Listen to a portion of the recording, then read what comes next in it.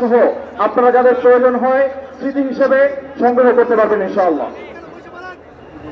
সংগ্রামী সাথী ও বন্ধুগণ, ইসলামী আন্দোলন বাংলাদেশ কর্তৃক আয়োজিত আজকের এই বিশাল মহাসমাবেশে এখন বক্তব্য রাখছেন ইসলামী আন্দোলন বাংলাদেশের কেন্দ্রীয় সাংগঠনিক সম্পাদক রংপুর বিভাগ সংগ্রামী জনতা হাফেজ মাওলানা অ্যাডভোকেট এম হাসিবুল ইসলাম।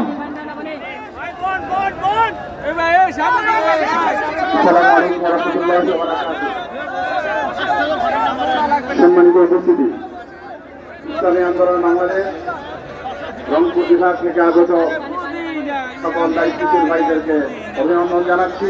সারা দেশ থেকে আগত দায়িত্বশীল ভাইদের অভিনন্দন জানাচ্ছি।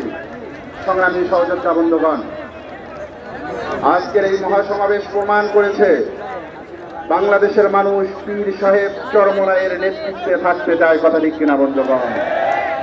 আপনারা অল্প কিছুক্ষণের মধ্যেই দেখতে পাবেন বাংলাদেশের সকল দল এবং মতের নেতৃত্ব দানকারী নেতৃবৃন্দ আজকের এই মঞ্চে উপস্থিত থাকবেন।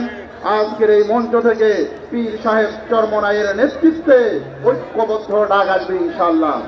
সংগ্রামী সহযোদ্ধা বন্ধুগণ, আজকে আমরা একটা দলের দিকে যদি খেয়াল করি তাহলে লক্ষ্য করব তারা শুধু নির্বাচন আর নির্বাচন করে। কথা ঠিক কিনা বন্ধুগণ?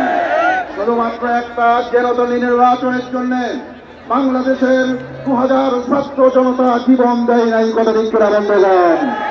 আমরা বলতে চাই যেন তো একটা নির্বাচন যাতে বাংলাদেশে হতে না পারে, এজন্য প্রয়োজনীয় সংস্কার ছাড়া বাংলাদেশে কোনো নির্বাচন হতে দেওয়া হবে না।